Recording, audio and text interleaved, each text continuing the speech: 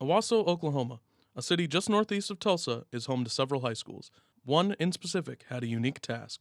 Rejoice High School was in search for a perfect story to showcase a modern-day demonstration of faith, and ninth grade teacher Amy Beck found just that. I felt like the students needed some kind of ability to connect what was in present day with also what they were learning from Jesus' life. The story came from local dentist Dr. Heng Lim.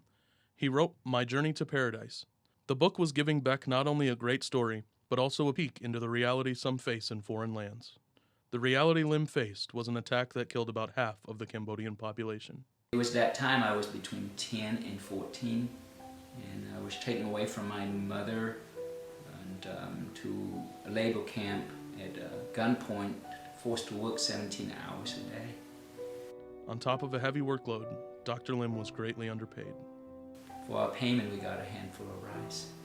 And there's many times that I came almost to death. Starvation and disease often killed people, but there were also executions. Dr. Lim vividly remembers these cruel displays of mass killings. One particular man that I knew personally, he killed 62 people. And what he would do, he would take a hatchet and he would just, while a person would be standing, he would go behind him and just knock him behind the head and take a hatchet and cut him open at the rib cage and then drew the liver and the heart out. And that was his way of intimidating. Dr. Lim knew he and his family needed to escape from Holocaust. The escape path, however, was just as treacherous. There was particular points that in the middle of the jungle that I saw a reflection in the water in a foxhole, and I stopped and I scooped to water to drink, and only to find out it was dead rotten flesh in there.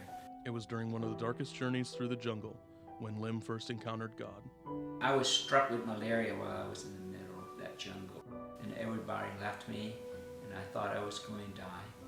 And I didn't know where I was going to go. When Lim recovered, he went back to help his mother and siblings escape. They stayed in a refugee camp for 2 years until they got sponsored to come to America. Though the family was in a land Dr. Lim now calls paradise, struggles continued. Our whole entire family, we didn't have any money. So the first thing we did is we went looking for a job. We walked to work in the snow, and we worked, in the grocery stores, in the restaurant, cleaning dishes, mopping floors, anything we could. The wage then was $3.35 an hour, but we thought that was a lot of money.